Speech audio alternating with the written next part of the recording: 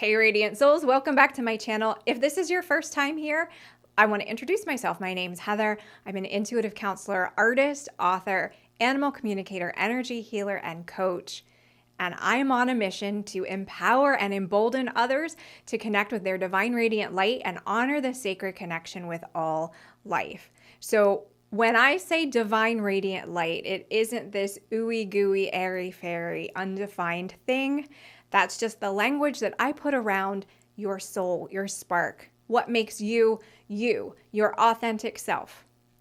So often in life, we get pulled in different directions and we kind of forget who we are and what we came here to do and why we're here, because we see everybody else has a certain opinion or perspective of who we should be. And we're going to talk a little bit more about that. I'm kind of, spoiler alert, I'm kind of giving away a little bit of the message, but if you know your divine radiant light and you can connect with it, you're empowered and emboldened to connect with it, easy peasy. Nothing's pulling you off track. So every once in a while, I do a channeled message, monthly for sure, trying to do them weekly. They're a little sporadic. They come in when they come in.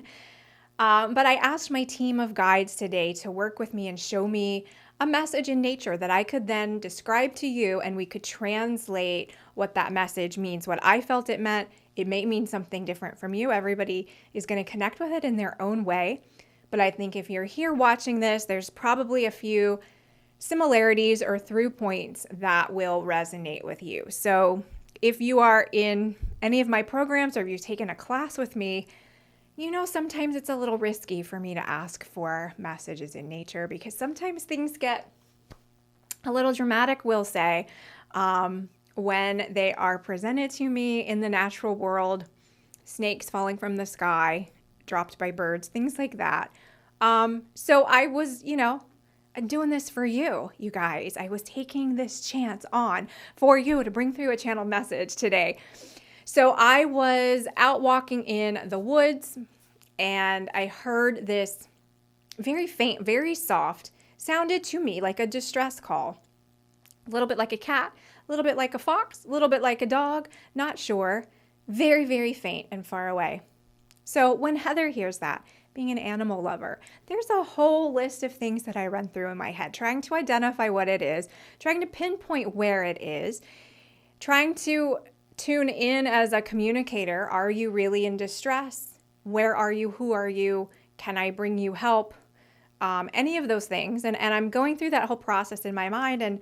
And the sound doesn't really have a feeling of being truly distressed. It sounds like a call, but it wasn't urgent. And it was very faint. So then I'm thinking, well, is this animal already like going and leaving its physical form and it can't even muster the strength and all of that? So all this was doing, when I look back now, was serving to keep me rooted in one place for a minute so that the sign and the message could line itself up. Sometimes that happens too. So turns out after what we'll talk about in a second, that noise wasn't there anymore because I did stay around for a little while just to make sure. And to anyone watching, worried about my safety, I was not going to traipse through the underbrush and crawl and find what that was if I didn't have a good idea of what it was, if I couldn't put eyes on it, because sometimes animals can be sick and it's not great to go alone questing after them. So if you had that worry in mind, I'm keeping safe. Anyway, I'm here. I'm trying to pinpoint. I'm waiting to hear the sound again. And my attention gets drawn off to the other side where there are a couple of crows doing what crows do. They're being very loud.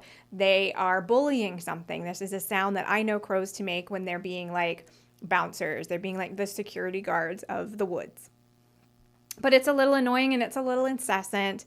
And so it got my attention to see what it was that they were upset about because it was in a totally different area from the sound that I heard. So I look up and it appeared that it's what was happening.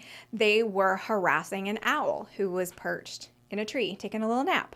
And if you know me, owls are very sacred and special for me. So I immediately felt like, I'm in the right place. Owls are my thing. This must be part of the message. And the crows did what crows do. They flew up a little bit. They flew down. They didn't fly toward or directly at the owl, but they were making such a ruckus that the owl simply opened his eyes very slowly, very barely. Like I said, he was having a little snooze, and hissed.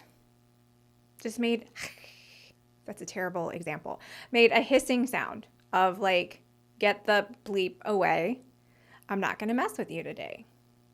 Now, there's a little song and dance that the crows and the owls do sometimes in the morning when the owls are coming home from hunting overnight and they go back in the woods. The crows kind of like to make sure they get there safely.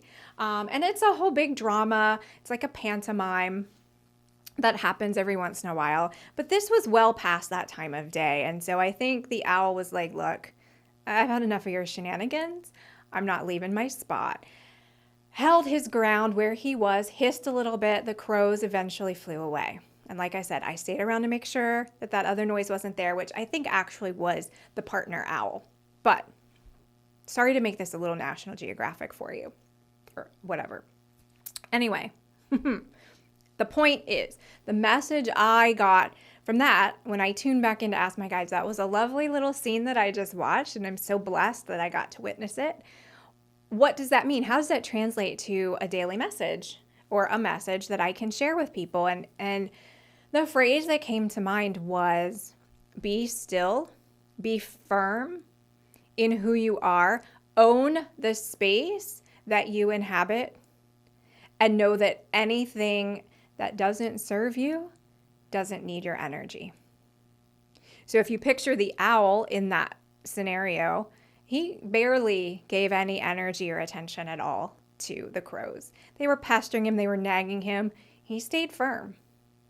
So standing still in who you are, regardless of what's going around you, vying for your attention. So for me, that could be people who are maybe saying things about you that you don't appreciate or agree with or that aren't true. It could be your own thoughts that are doing the same thing. Sometimes we are our own worst enemies. It could be people who don't share your beliefs and are trying to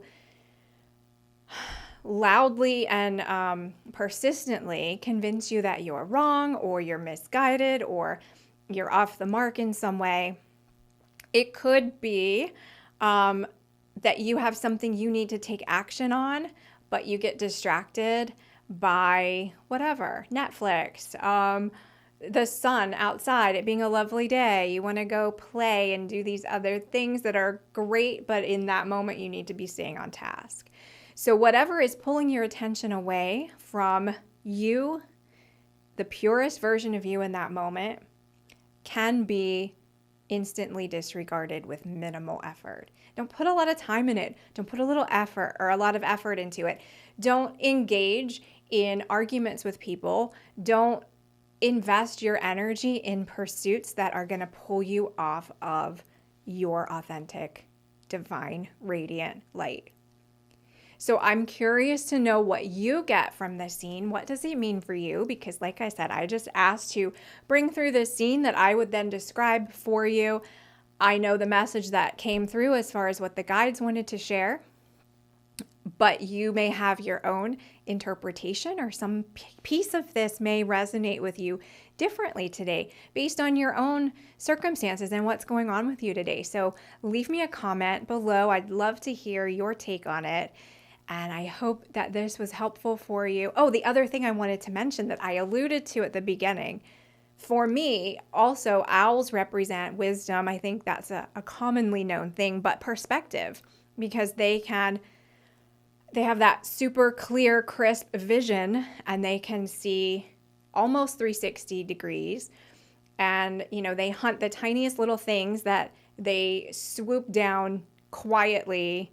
Nobody hears them coming, and they just get it done. So there are a lot of elements of the owl that I wanted to bring through to this too, because they can really, they appear sometimes like the one that was napping in the tree to be a little disaffected.